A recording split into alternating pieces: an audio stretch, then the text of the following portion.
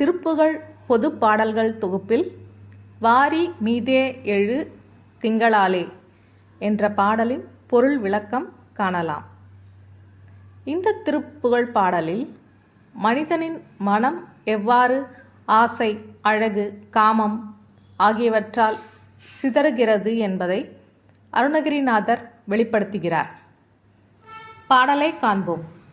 வாரி மீதே எழு திங்களாலே மாறவேள் ஏவிய அம்பினாலே பாரெல்லாம் ஏசிய பண்பினாலே பாவியேன் ஆவி மயங்கலாமோ சூரனில் மார்பு தொலைந்த வேளா சோதியே தோகை அமர்ந்த கோவே மூரிமால் யானை மணர்ந்த மார்பா மூவர் தேவாதிகள் தம்பிரானே.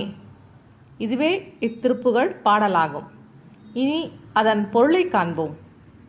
இந்த திருப்புகழ் பாடலில் அருணகிரிநாதர் சொல்ல வருவது என்னவென்றால், இந்த உலகத்தில் இருக்கிற அழகுகள் நிலவு மாதிரி, காதல் மாதிரி, மனசை கவரும் விஷயங்கள் எல்லாமே நம்ம மனசை திசை திருப்பும் அம்சங்களாகும். மன்மதனின் அம்பு போல ஆசைகள் நம் உள்ளத்தை ஆழமாக குத்துகிறது.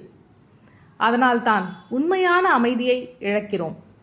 அப்போ அருணகிரிநாதர் முருகனிடம் கேட்கிறார், நான் இந்த மாயையில் மயங்கி தவிக்கணுமா?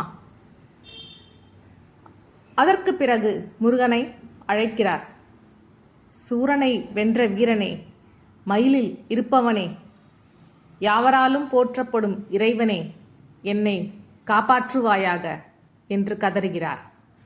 இதன் அர்த்தம் என்னவென்றால், நம்ம வாழ்க்கையில் இருக்கும் ஆசை, மாயை எல்லாத்தையும் கடக்க இறைவன் அருள் முக்கியம்.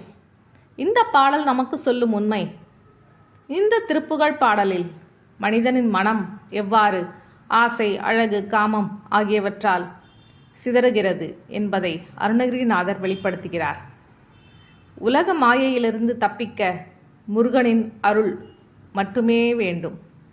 அதவே நம்பி நாம் அவனுடைய அருளை பெற இத்திருப்புகழை பாடலை மறுபடியும் படிப்போம். நன்றி, வணக்கம்.